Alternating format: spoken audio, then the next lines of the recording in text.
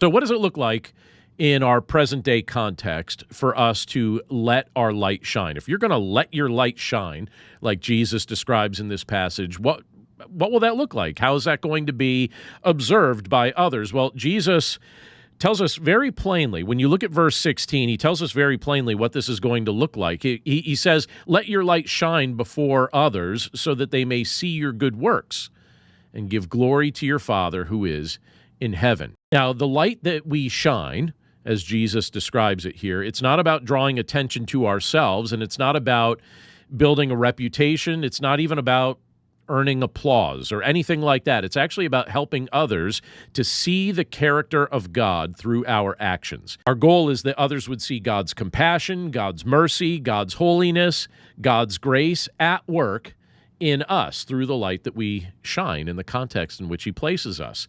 Good works that are done in Jesus' name for his glory are actually things that point people to that source of light, Jesus himself. So that whether that's serving our neighbor, whether that's forgiving a wrong, whether that's showing integrity at work, whether that's simply encouraging someone who is struggling, these are just several of the many, many ways that the light of Christ can be shining through you and through me. We don't shine by trying harder to be impressive.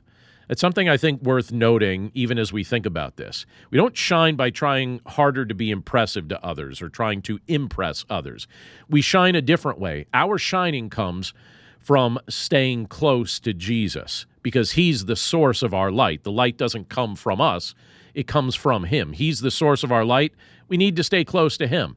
The more we walk with him, the more we're reading his word, the more we're living by his Spirit, the more naturally his light is going to radiate through our lives and from our lives because we're just living in close proximity to him, and he becomes very obvious. His presence becomes very obvious in our lives as we continue to walk with him day in and day out.